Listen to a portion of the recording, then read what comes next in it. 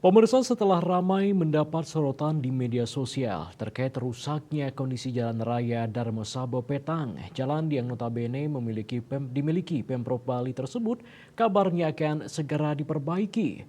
Perbaikan itu tidak dilakukan Pemkab Badung namun oleh Pemprov Bali.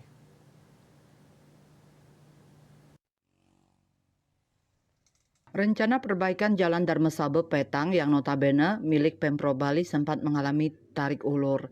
Di saat Kabupaten Badung hendak melakukan perbaikan khususnya pada titik yang mengalami kerusakan parah, tiba-tiba Pemprov Bali mengaku sudah menganggarkan perbaikan pada APBD tahun 2024.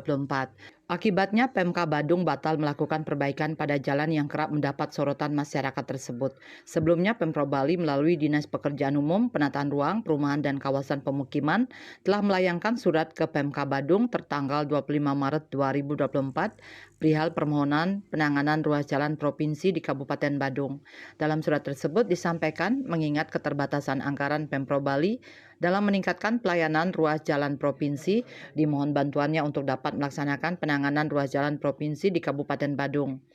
Akan tetapi saat Dinas Pekerjaan Umum dan Penataan Ruang PUPR Badung melakukan koordinasi untuk melakukan perbaikan, diperoleh informasi perbaikan akan dilakukan oleh Pemprov Bali. Dengan adanya informasi ini, Pemka Badung batal melakukan pemeliharaan jalan provinsi khususnya ruas jalan Darmosabo Petang, termasuk membatalkan pengalokasian anggaran untuk perbaikan, di mana sebelumnya direncanakan akan dipasang pada APBD perubahan tahun 2024.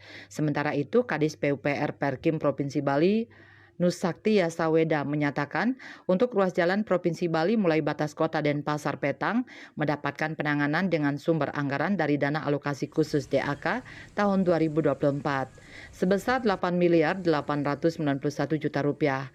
Segmen yang akan dikerjakan mulai Pasar Mambal hingga Latu. Pihaknya juga mengaku telah mengusulkan bantuan ke Kabupaten Badung untuk membantu pemeliharaan jalan. Tim Liputan Bali TV.